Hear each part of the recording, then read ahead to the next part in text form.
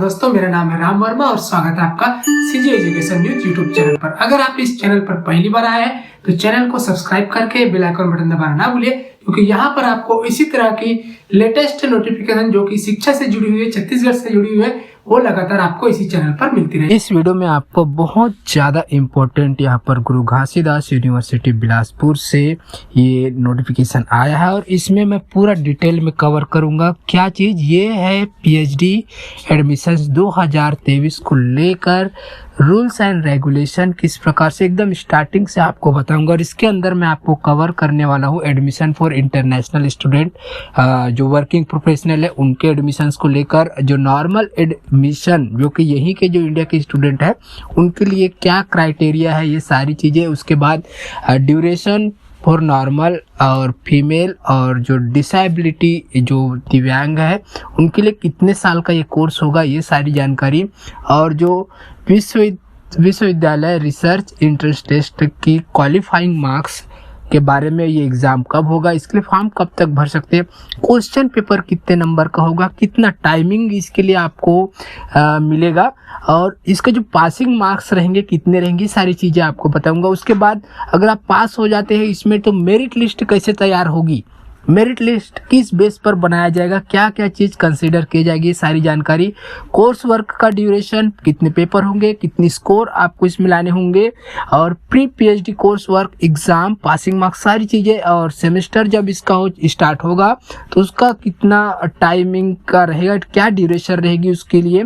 इसमें ऑड और even semester कब से कब तक, कौन कौन से महीनों में होंगे, ये सारी जानकारी आपको मिलेगी। उसके बाद रिसर्च सुपरवाइजर कौन होगा, और यहाँ के आपकी जो सिनॉप्सिस है उसके अप्रूवल, रजिस्ट्रेशन टू पीएचडी कितने दिनों बाद सबमिट करना है आपको, ये सिनॉप्सिस, ये सारी चीज़ें आपको बताऊंगा। उसके बाद कितने टाइप के पीएचडी कोर्स होते हैं, थीसिस सबमिशन, वाइवा वॉस और रिजल्ट के बारे में। उसके बाद आप लोग इस कोर्स के दौरान कितने दिनों की छुट्टी ले सकते हैं और कितना अटेंडेंस रिक्वायर है, इस सारी चीज़ों को। और लास्ट में आप एडमिशन को कैंसिल कैसे करवा सकते हैं, ये भी आपको मैं इस वीडियो के अंदर कवर करने वाला हूं। तो बहुत ज़्यादा इम्पोर्टेंट है, ये बहुत डिटेल में दिया गया है, लेकिन जो पॉइंट्स मैंने आपको बताया है वो सारी चीज़ें कवर करूंगा। इतने में आपको सारी जानकारी मिल जाएगी। अलग से आपको ये रेगुलेशन जो बहुत सारे पेजेस का है ये पढ़ने की ज़रूरत नहीं पड़ेगी। तो मैंने आपके लिए वो पॉइंट्स फाइंड आउट करके निकाले हैं। ये हालांकि ये जो नोटिफिकेशन है काफ़ी कुछ दिन पहले आया था, लेकिन टाइम की कमी की वजह से मैं ये चीज़ नहीं बना पा रहा था, लेकिन अब जाके मैंने इसको ये कंप्लीट किया। और ये जो है आपको एकदम जो है डिफाइंड और एक छांट कर ये आपके लिए तैयार किया गया है। तो ये सारी चीज़ें आपको पीएचडी 2023 के लिए ये बहुत काम आने वाली सारी चीज़ें आपको डिटेल में समझना जरूरी है। इसमें रजिस्ट्रेशन करने के पहले सारी चीज़ें आप लोग समझ लीजिए, ठीक है। तो चलिए फटाफट शुरू करते हैं। और यहाँ पे सबसे पहले मैं जो बता दूँ आपको, तो इसका जो है यहाँ पर डेट जो है 21 फरवरी से स्टार्ट हो चुकी है ऑनलाइन एप्लीकेशन फॉर्म भरने के लिए, और इसका क्लोजिंग डेट जो है 23 मार्च तक है। 23 मार्च तक आपके पास टाइम है फॉर्म भरने के लिए। और इसका एंट्रेंस टेस्ट जो होगा 8 अप्रैल को 11 बजे होगा, और इसका जो रिजल्ट है 18 अप्रैल को आएगा, ठीक है। अब इसमें जो है कौन कौन जो है इसमें एडमिशन ले सकते हैं, तो सभी एलिजिबल, यानी कि जो पीजीक्यू है इसकी एलिजिबिलिटी मैं आपको बताऊंगा आगे इसी वीडियो में। तो 3 टाइप के हैं, जैसे कि जो एलिजिबल है पीजी कोर्स किए हुए वो रिसर्च इंट्रेंस टेस्ट विश्वविद्यालय के VRET देंगे। और जो एग्जेम्प्टेड कैटेगरी जो इनको छूट प्राप्त है उसमें जो है नेट JRF गेट क्वालिफाइड किए हुए कैंडिडेट्स है, वर्किंग प्रोफेशनल है, स्टाफ्स है, इंटरनेशनल स्टूडेंट है, ये VRET एग्जेम्प्टेड कैटेगरी के अंदर डायरेक्ट इंटरव्यू के लिए भी जा सकते हैं, लेकिन रजिस्ट्रेशन करना सभी को जरूरी है, ठीक है। और बाकी सारी चीज़ें अब मैं यहाँ पे स्टार्ट करने वाला हूँ। डेट तो आपको पता चल चुका है। तो देखिए गाइडलाइंस है इंटरनेशनल स्टूडेंट के लिए, तो इनके लिए भी जो नॉर्मल क्राइटेरिया होता है वो सभी के लिए अप्लाई है। लेकिन यहाँ पर देखिए एक चीज़ है, after completion pre PhD course work, जब यहाँ पे ये जो है प्री पीएचडी कोर्स वर्क इनका कंप्लीट हो जाएगा तो इनको जो है डीआरसी के सामने रजिस्ट्रेशन के लिए फिजिकली वहाँ पर प्रेजेंट होना पड़ेगा ओरिजिनल डॉक्यूमेंट के लिए, इंटरनेशनल स्टूडेंट के लिए। और यहाँ पर इनको कंपलसरी कर दिया गया है 90 दिन पर सेमेस्टर ऑनलाइन अपने सुपरवाइजर के साथ इनको बिताना है, उनके अटैच में रहना है। और कोर्स जो है 3 साल का होता है यहाँ पर, और मिनिमम और मैक्सिमम 6 साल का ये हो सकता है। एक्सटेंशन मिल सकती है, एक्सटेंशन जो है किसको किसको मिलती है वो भी मैं आपको बता रहा हूँ। लेकिन और उसके बाद आपको एकदम मस्ट है एक पब्लिकेशन, आपको यहाँ पर आपका एक बुक आनी चाहिए पूरा कंप्लीट होने के बाद, ये बताया गया है। और फीस के बारे में भी मैं बताऊंगा, फीस के लिए एक सेपरेट वीडियो बताऊंगा मैं। लेकिन जो इंटरनेशनल स्टूडेंट है उसको 2000 जो है डॉलर में एक सेमेस्टर का लगने वाला है। उसके साथ साथ अदर फीस भी लगेगी। तो अदर कौन कौन से फीस लगेगी इसके लिए मैं एक डिटेल वीडियो बनाऊंगा फीस के लिए। और उसके बाद हम लोग देखते हैं कि working professional excluding academic staff, तो जो जीजीयू का ही एकेडमिक स्टाफ है उसको छोड़कर और जो कहीं पे वर्क करने वाले हैं वो लोग भी इसमें एडमिशन ले सकते हैं वीआरईटी एग्जेम्प्टेड कैटेगरी के अंदर। लेकिन जिस कंपनी में वो या कोई संस्था में काम कर रहे हैं उसका रेपुटेशन अच्छा होना चाहिए, ठीक है, ये चीज़ें हैं। और ऐसा माना जाएगा कि ये जो जहाँ पर वो काम कर रहे हैं एक इंटरप्राइजेस या फिर कंपनी है, वो जो है प्रीमियर स्टॉक एक्सचेंज के अंदर लिस्टिंग है और जिसका टर्नओवर कम से कम 10 करोड़ रुपए है, ऐसा माना जाएगा। और यहाँ पर इसके लिए मिनिमम एलिजिबिलिटी जो क्राइटेरिया है वो जो है experience 5 year regular service in organisation जो है उसमें होना चाहिए आपका 5 ईयर का। और वहाँ पर उस ऑर्गेनाइजेशन से नो ऑब्जेक्शन सर्टिफिकेट आपको लेके जमा करना पड़ेगा जीजीयू में, ठीक है। यहाँ पर फिजिकल सबमिशन होगा, सेमेस्टर प्रोग्रेस रिपोर्ट और प्रेजेंटेशन ये कंपलसरी होगा इन लोगों के लिए। और यहाँ पर जो है आपको 30 दिन जीजीयू के जो सुपरवाइजर आपके जो रहेंगे, जो भी कोर्स आप लेंगे उसके सुपरवाइजर उसके साथ आपको यहाँ पर जो है कंटिन्यू वहाँ पर रहना पड़ेगा उसके साथ में, ठीक है। उसके बाद यहाँ पर जो है जो इस कैटेगरी के अंदर एडमिशन लेंगे तो उनके लिए ट्यूशन फीस 40,000 रुपये पर सेमेस्टर और अदर फीस जो कि मैं आपको बताऊंगा बाद में फीस के बारे में नेक्स्ट वीडियो में, उसमें उस हिसाब से इसको लगने वाले हैं। और यहाँ पर फेलोशिप की बात करें, यूनिवर्सिटी फेलोशिप यहाँ पर जो मिलेगी वो वीआरईटी और वीआरईटी एग्जेम्प्टेड कैटेगरी को भी मिलेगी, लेकिन उसके लिए कुछ यहाँ पर रूल्स बनाए गए हैं। तो जो फुल टाइम होंगे उसी को यहाँ पर ये चीज़ें दी जाएगी। ये यहाँ पर फेलोशिप जो दी जाएगी उसके अंदर student getting university fellowship will provide 8 hours of teaching assistant as per week. एक हफ्ते में आपको 8 घंटे हर हफ्ते इसके लिए फेलोशिप के अंडर में आपको स्टडी जो है कराई जाएगी, ठीक है। और वो चेंज होते भी रहेगा यूनिवर्सिटी के हिसाब से। और जो वीआरईटी कैंडिडेट्स को ही नॉन नेट फेलोशिप दिया जाएगा और जो वीआरईटी एग्जेम्प्टेड है उनको नॉन नेट फेलोशिप नहीं दिया जाएगा।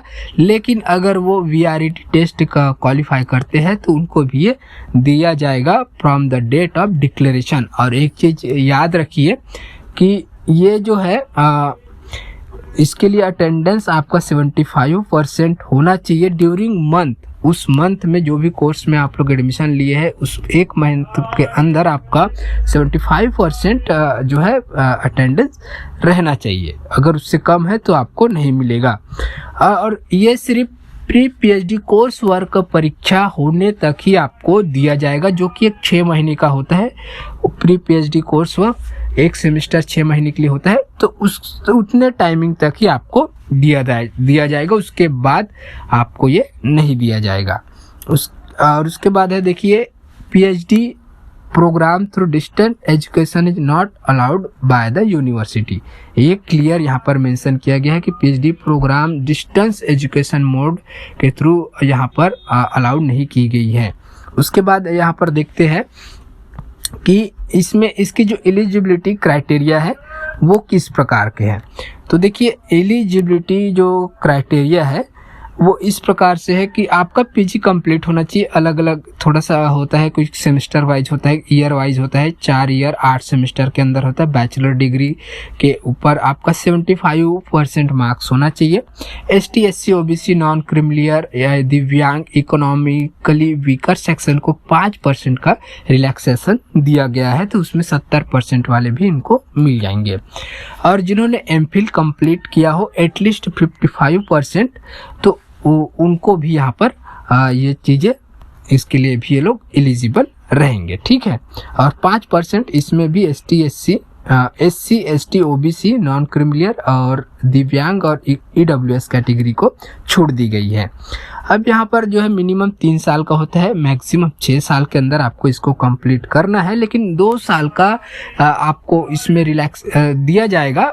कुछ अगर कंडीशन ऐसे पैदा हो गए हैं, आपको ये स्टेट करना पड़ेगा कि क्या रीजन है, इसको आपको जो है 2 साल बढ़ाना चाहते हैं तो बढ़ा सकते हैं। तो मैक्सिमम जो है 8 साल इसको आपको इसमें आप लोग कर सकते हैं। इसमें 8 साल किसके लिए है? पर्सन विथ डिसेबिलिटी जो कि दिव्यांग है उनके लिए 2 साल बढ़ा दिया जाएगा। और यहाँ पर जो फीमेल रहेगी, तो फीमेल जो कैंडिडेट रहेगा उसको भी 2 साल का रिलैक्सेशन और दिया जाएगा। तो टोटल जो डिसेबिलिटी वाले हैं और जो फीमेल कैंडिडेट है उनके लिए ये जो है 10 साल का टाइम दिया जा सकता है, अगर उनको ज़रूरत है तब। ठीक है। और यहाँ पर जो है लीव के बारे में अगर बात करें तो जो फीमेल PhD स्कॉलर रहेंगे उनको मैटरनिटी लीव के लिए, चाइल्ड केयर लीव के लिए 240 दिन का यहाँ पर जो है टोटल PhD प्रोग्राम का जो ड्यूरेशन है, मतलब 3 साल का जो कंटिन्यू कोर्स है उसके अंदर 240 दिन का इनको मैटरनिटी लीव मिल जाएगा। उसके बाद यहाँ पर देखते हैं minimum residency period of 3 year from the date of admission, ये जो है कंपलसरी किया गया है। रेजिडेंसी पीरियड का मतलब है आपको GGU के अंडर में वहाँ पर रहना है, जहाँ पर उनका जो रहने की सुविधा दी गई है उस कोर्स को कंप्लीट करने के लिए, ये यहाँ पर बताया गया है। ठीक है। और उसके बाद हम लोग देखते हैं, तो देखिए 2 टाइप के यहाँ पे VRET हो रहा है और VRET एग्जम्प्टेड कैटेगरी है।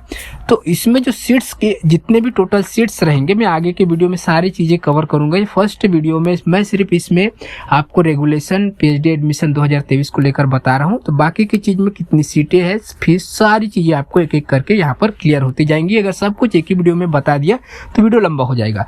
तो मैं आपको बता देता हूँ कि 50% सीट जो है VRET के लिए रहेगा और 50% सीट जो है VRET एग्जम्प्टेड कैटेगरी के लिए रहेंगे। ठीक है। लेकिन इसमें एक कंडीशन, अगर VRET के लिए स्टूडेंट अगर नहीं अवेलेबल है तो एग्जम्प्टेड कैटेगरी के जो स्कॉलर रहेंगे उसको एडमिशन दे दिया जाएगा। और अगर जो एग्जम्प्टेड कैटेगरी में कैंडिडेट नहीं रहेंगे तो VRET के से भी उसको फिलअप कर लिया जाएगा। और उसके बाद भी जो है इंटरनल एप्लीकेशन, यानी कि जो यूनिवर्सिटी के अंदर रेगुलर टीचर्स है, non teaching employees working in GGU है और उन्होंने अपना प्रोबेशन पीरियड कंप्लीट कर लिया है, तो उन लोगों को भी यहाँ पर मौका दिया जाएगा VRET एग्जम्प्टेड कैटेगरी के अंदर। ठीक है। और यहाँ पर अगर उनसे भी सीट नहीं भरती है तो एक दूसरे से इसको एक्सचेंज करके सीट को फिलअप किया जाएगा। आप ये जान लीजिए कि सीटों को खाली नहीं रखा जाएगा, किसी भी कंडीशन में सीट फिलअप किया जाएगा। और उसके बाद यहाँ पे जो है university will admit applicant by 2 stage process mention, इस प्रकार से होगा। किस प्रकार से ये जो 2 स्टेज में कंप्लीट होगा? सबसे पहले एंट्रेंस टेस्ट होगा, 50% मार्क्स में आपको उसमें हासिल करने होंगे। तो 50% मार्क्स जब आपके आएंगे तब आप उसके लिए क्वालिफाई कर पाएंगे, एंट्रेंस टेस्ट में आपका आना चाहिए। उसके बाद 50% जो सिलेबस रहेगा टेस्ट, उसमें 50% रिसर्च मैथडोलॉजी के ऊपर क्वेश्चन रहेंगे और 50% जो है उसमें आपको लाना पड़ेगा सब्जेक्ट स्पेसिफिक में, आपको 50% उसमें लाना होगा। ठीक है। टोटल इसका 50% मार्क्स आपका आना चाहिए। और जो है 2 घंटे का टाइम आपको दिया जाएगा टेस्ट के लिए और 100 नंबर के क्वेश्चन, जो 100 क्वेश्चन मल्टीपल चॉइस क्वेश्चन रहेंगे 100 नंबर के लिए। और इसमें जो है मेरिट लिस्ट इसका जो तैयार होगा उसके बारे में भी बात करेंगे। आप यहाँ पर जो 50% है वो 45% हो जाएगा SC ST OBC के लिए और दिव्यांग कैटेगरी के लिए, ठीक है। और यहाँ पर जो है ये जब आप लोग कंप्लीट कर लेंगे आपको इंटरव्यू यहाँ पर लिया जाएगा, जो भी सीट अवेलेबल है उसके लिए। ये कंप्लीट करने के बाद आपका इंटरव्यू भी लिया जाएगा। वो कंप्लीट होने के बाद में फिर आपको PhD कोर्स वर्क के लिए जाना होगा। यहाँ पर देखिए इस प्रकार से weightage of 70% for entrance test के लिए रहेगा 70% और 30% for the performance in interview, जो आपका वाइवा वास होगा इंटरव्यू, उसमें 30% मार्क्स इस प्रकार से कैलकुलेट होंगे। और उसके बाद भी जो मेरिट तैयार होगी वो अलग टाइप का यहाँ पर तैयार होगा, ठीक है। Second stream of applicant belonging to following category shall be exempted from VRET admission programme but interviewed by DRC। तो जो एग्जाम्प्टेड कैटेगरी के अंदर है वो लोग तो इंट्रेंस टेस्ट नहीं देंगे, लेकिन उनको वाइवा वास जो इंटरव्यू होगा उसमें उनको जरूर देना पड़ेगा ये चीज़ें, ठीक है। और यहाँ पर जो है परमानेंट और regular teacher having appointment on substantive post in teaching department of the university और college who have completed their probation successfully with experience of at least 2 year. और यहाँ पे इनको कंसीडर किया जाएगा, जिनके पास 2 ईयर का टीचिंग एक्सपीरियंस है वो भी इसमें एडमिशन ले सकते हैं। और यहाँ पर और देखते हैं क्या चीज़ है। तो UGC NET, CSR NET, GATE, CS, CEED and similar national level test के जो एप्लीकेंट है जिन्होंने इस चीज़ को क्वालिफाई किया है वो जो है फेलोशिप स्कॉलरशिप के लिए क्वालिफाई कर पाएंगे। और वर्किंग प्रोफेशनल है उनको नॉन ऑब्जेक्शन सर्टिफिकेट अपने संस्था से लाना पड़ेगा। उसके बाद यहाँ पर रिजर्वेशन जो है इंडियन गवर्नमेंट के हिसाब से रहेगा। और मेरिट लिस्ट के जो का कैलकुलेशन जो है यहाँ पर VRET एग्जाम्प्टेड कैंडिडेट्स के लिए किस प्रकार से किया जाएगा, क्योंकि उनको तो जो VRET देंगे उनके तो स्कोर के आधार पर उनका होगा, लेकिन जो एग्जाम्प्टेड कैटेगरी के रहेंगे उनका कैसे यहाँ पर कैलकुलेट किया जाएगा मेरिट लिस्ट, ठीक है। तो इनका पर्सनल वाइवा वास 20 नंबर का होगा, रिसर्च प्रपोजल प्रेजेंटेशन 30 नंबर का होगा, ठीक है, 50 नंबर इसमें। और इन्होंने जो UGC NET, UGC CSIR NET, GATE, ये सब जो क्वालिफाई किए रहेंगे उसके वेटेज के 50% नॉर्मलाइज स्कोर के, यानी कि मैक्सिमम 50% मार्क इसमें मिल जाएंगे इनको, ठीक है। VRET वाले जो है वो तो उनके इंट्रेंस टेस्ट के मार्क कैलकुलेट किए जाएंगे, लेकिन जो एग्जाम्प्टेड कैटेगरी के है उनका यहाँ पर पर्सनल इंटरव्यू वाइवा वास के 20 और रिसर्च प्रपोजल प्रेजेंटेशन के 20 और जो भी वो नेट वगैरह क्वालिफाई किए उसके 50%, ठीक है। इनका हो गया 100%। और बाकी के जो अदर कैटेगरी के जो कैंडिडेट है, मतलब दोनों कैंडिडेट आ गए इसमें, तो दोनों कैंडिडेट जब आ गए तो 10th के जो आपके रिजल्ट रहेंगे उसमें अगर 75% जिससे ज़्यादा है तो 5 नंबर आपको उसके मिलेंगे, 75 से 60% है तो 3 नंबर मिलेंगे, और 60% से कम है तो 2 नंबर मिलेंगे, ये फायदा होगा। उसके बाद 12वीं में अगर आपको 75% से ज़्यादा है तो 5 नंबर उसके मिल जाएंगे, और 75 से 60% है तो 3 नंबर मिल जाएंगे, और 60% से लेस है तो 2 नंबर मिलेंगे। और जो under graduate 20 for more than कितना होगा 20 नंबर मिलेंगे, 75 से कम है अधिक है तब, और 75 से 60 वाले को 10 नंबर और 60% से लेस वाले को 5 नंबर यहाँ पर मिल जाएंगे। तो इस प्रकार से मेरिट लिस्ट तैयार किया जाएगा। अब यहाँ पर जो है अगर आप ये लोग क्वालिफाई कर पाते हैं तो उसके बाद आपको प्रोविजनली एडमिटेड के दौर पर आपका यहाँ पर नाम आएगा, और आपको प्री PhD कोर्स वर्क जो कि 6 महीने का होता है वो आपको कंप्लीट करना होगा, ठीक है। और यहाँ पर ये अभी तक टेम्पररी है। यहाँ प्री PhD कोर्स वर्क का मतलब ये नहीं कि आपका PhD में एडमिशन हो गया, अभी नहीं हुआ है। 6 महीने तक आपको प्री PhD कोर्स वर्क ये कंप्लीट करना होगा, उसके बाद जाकर आपका वहाँ पर बाद में एडमिशन होगा, अगर ये क्वालिफाई आप लोग कर पाएंगे तब। और यहाँ पर देखिए the course work shall be treated as pre PhD preparation. It would include 3 papers of 12 credit. तो 3 पेपर होंगे, 12 क्रेडिट मिलेंगे आपको इसका, ठीक है। तो ये जो है प्री PhD प्रिपरेशन होता है, जो कि कोर्स वर्क होता है। और यहाँ पर इसका एग्जामिनेशन सभी सब्जेक्ट के लिए कॉमन होगा, और इसके लिए जो है अलग से नोटिफिकेशन जारी होते हैं, वो मैं आपको अपने चैनल पर बताते रहूँगा। और यहाँ पर जो है एक या 2 सेमेस्टर हो सकते हैं यहाँ पर applicant admitted to PhD programme. तो प्री PhD कोर्स वर्क आपका कंप्लीट होने के बाद जब आप लोग PhD में जाएंगे, तो यहाँ पर कोर्स वर्क सक्सेसफुली हो जाने के बाद 1 या 2 सेमेस्टर यहाँ पर होंगे। अगर if the student unable to qualify pre PhD course work successfully after second attempt, आपको प्री PhD कोर्स वर्क की परीक्षा पास करने के लिए 2 सेमेस्टर मौका दिया जाए, पहला 6 महीने का। अगर उसमें क्वालिफाई नहीं कर पाया तो अगले 6 महीने में एक और करना पड़ेगा 55% मार्क के साथ, ठीक है। तभी आपको यहाँ पर PhD में एडमिशन मिलेगा, नहीं तो फिर आपका एडमिशन ऑटोमेटिकली कैंसिल कर दिया जाएगा। और उसके बाद चलिए देखते हैं और क्या है। तो सेमेस्टर ड्यूरेशन आपका जो रिसर्च वर्क का रहेगा, तो 8 सेमेस्टर जो होगा इसका जुलाई से दिसंबर को होगा, और even semester January to June होगा।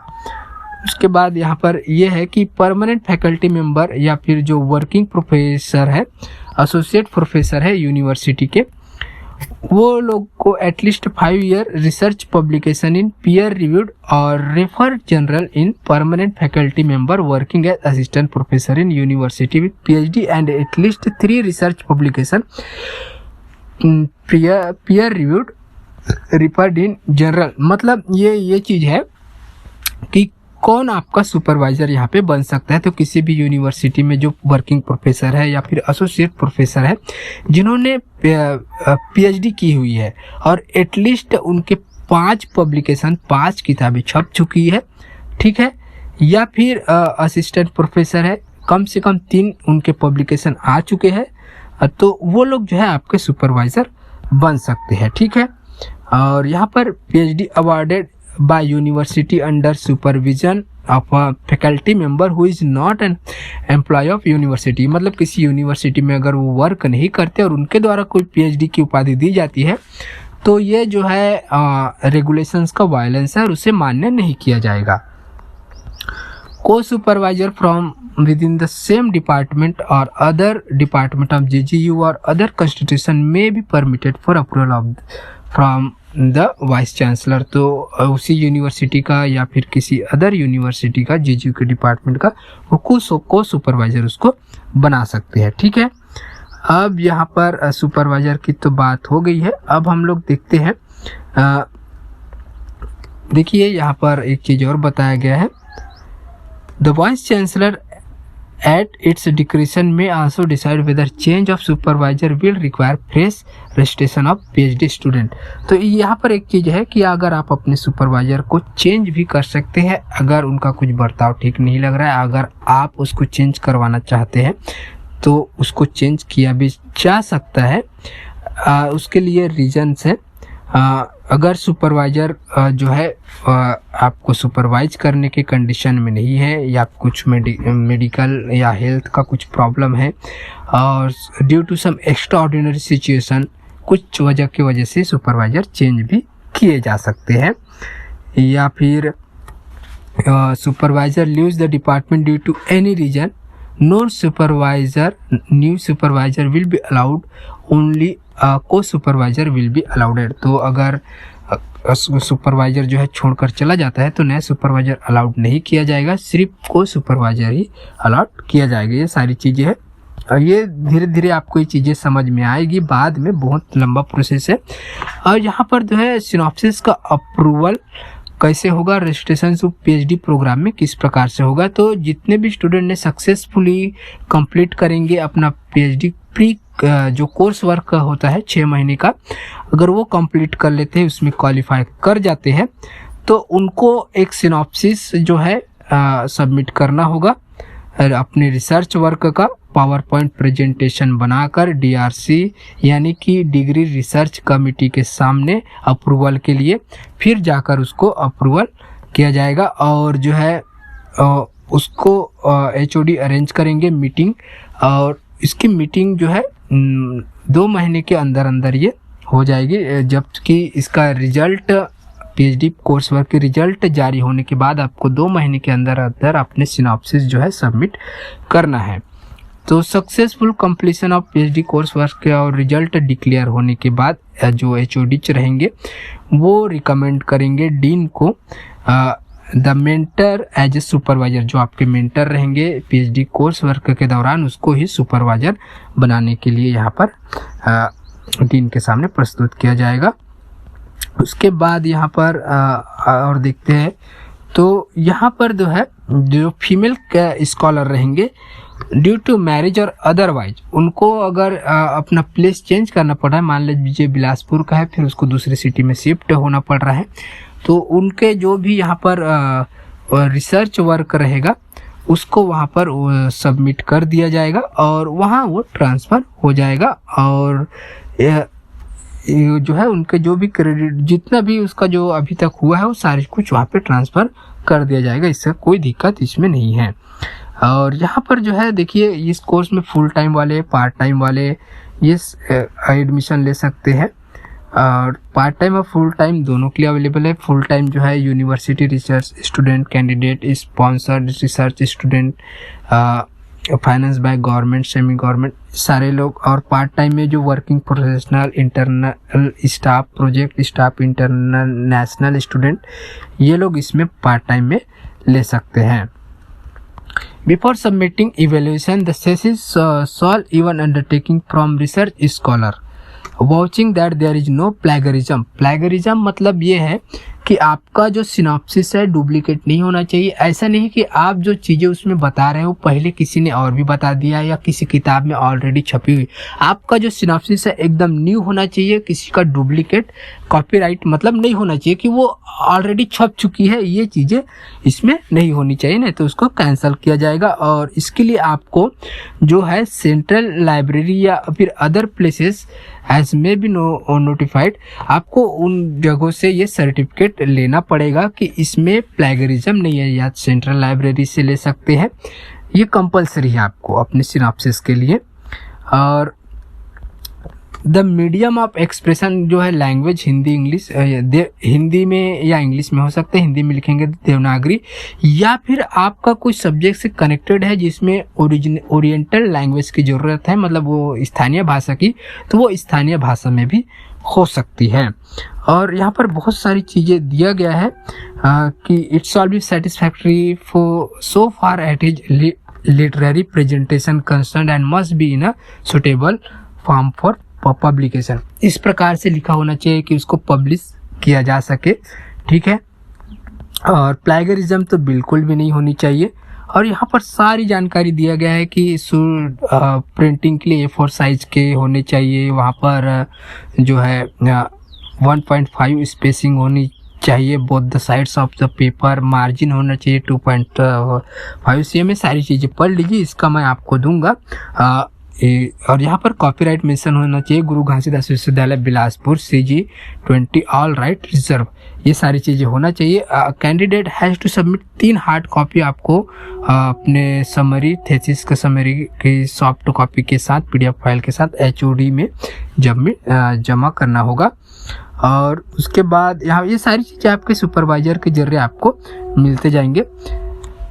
एक कैंडिडेट को थेसिस जमा करना 2 months from the date of pre submission seminar to the academic section following document. आपको जो कोई डॉक्यूमेंट इसके साथ साथ लगेंगे, 2 hard copies of thesis, 3 copies अगर कोई सुपरवाइजर है तो 2 sets of soft copies of वही उसी का, और एंटी प्लेगरिज्म सर्टिफिकेट लगेगा। Another set of certificate as mentioned above, जो भी सर्टिफिकेट है। Proof of submission of requisites fee, no dues certificate from the head of the department ये लगेगा। और अटेंडेंस रिपोर्ट लगेगा वर्किंग प्रोफेशनल और इंटरनेशनल स्टूडेंट के लिए। लेकिन आपका जो वाइवा वास होगा उसके लिए 2 एक्सटर्नल रखेंगे, हो सकता है वो इंडिया के बाहर के 2 रहेंगे, ठीक है। और यहाँ पर वाइवा वास PhD स्कॉलर के लिए होगा, तो उसमें आपने जो थेसिस जमा किया है, तो जो वहाँ पर एग्जामिनर रहेंगे वाइवा वास के लिए, उसमें आप आपके जो थेसिस है उसको आपको डिफेंड करना है, उनके सवालों के जवाब देना है। बहुत ये जो है थोड़ा सा टफ रहेगा। वाइवा जो होगा ये एक्चुअल में टफ होता है, उनको डिफेंड करना आपको आना चाहिए। और उसके बाद मैं आपको बता दूं कि ये एग्जामिनेशन वाइवा एग्जामिनेशन, अगर आपका थेसिस रिकमेंड अवार्ड डिग्री के लिए अगर रिकमेंड किया जाता है तो उनको आपके जो है जो थेसिस को डिफेंड करने के लिए वाइवा एग्जामिनेशन होता है, और ये होगा ओरल डिफेंस कमेटी को रेफर किया जाएगा और वहाँ से ये इसको डिसाइड करेंगे। Internal examiner shawl coordinate with HOD and will arrange the viva examination. जो है इंटरनल एग्जामिनेशन इसके लिए होगा। और उसके बाद फिर जो है candidate as early possible and normally within 2 months from the date of communication to the external examiner for holding the viva examination. तो जो एक्सटर्नल होते हैं वो एक्चुअल में कभी बाहर के भी होते हैं, इंडिया के बाहर के, तो उनसे कम्युनिकेट करने के बाद, उनसे डेट लेने के बाद आपने जो सिनॉप्सिस सबमिट किया उसके 2 महीने के बाद, इसको 2 महीने के अंदर अंदर वाइवा एग्जाम आपका कभी भी हो सकता है।